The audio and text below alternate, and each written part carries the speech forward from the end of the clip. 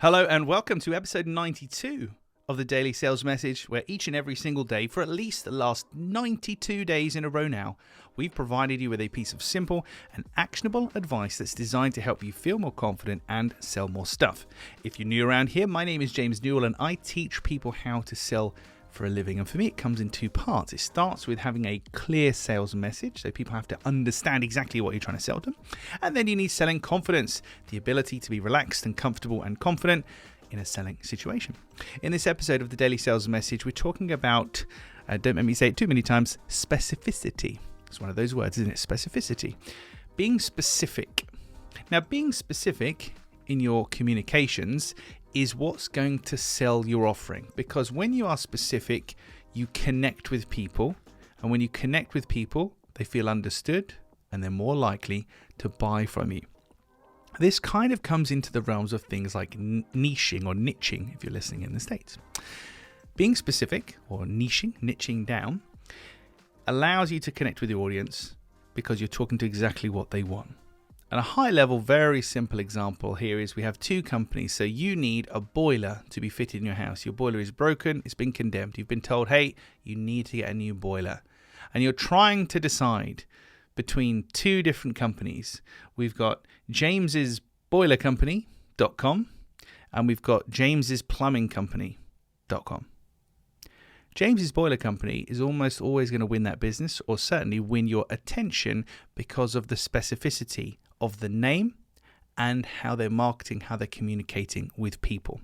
So whilst you may be in a business or a service where you do lots of different things for lots of different people, in your communications, if you can niche that down and be specific about the certain things that you do, that is what is going to speak to your buyer. So this is one of those things to remember. It's a little saying that I have, which is specific sells, generic repels. Specific sells, generic repels.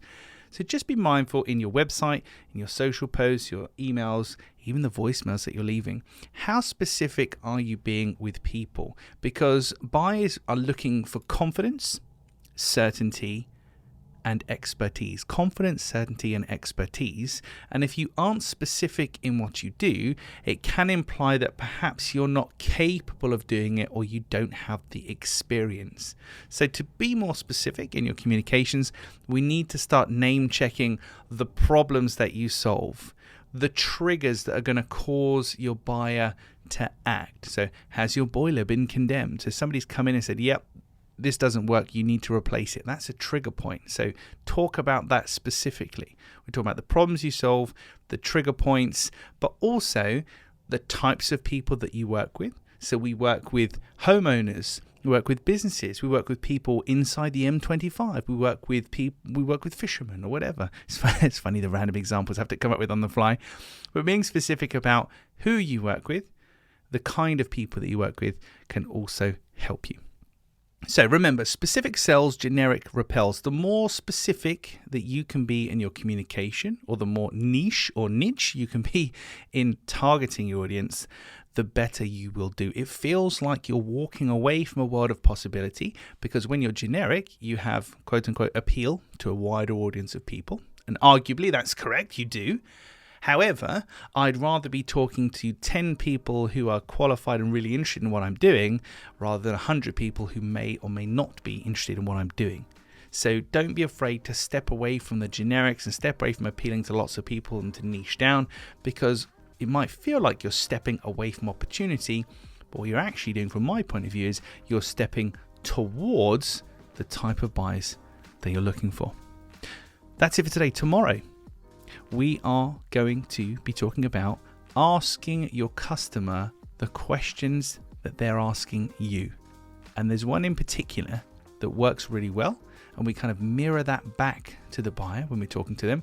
We'll cover that tomorrow in episode 93 of the Daily Sales Message, so tune in tomorrow for that one. In the meantime, if you haven't already, please could you like or comment or share or subscribe, interact in some way with wherever you're listening to this podcast.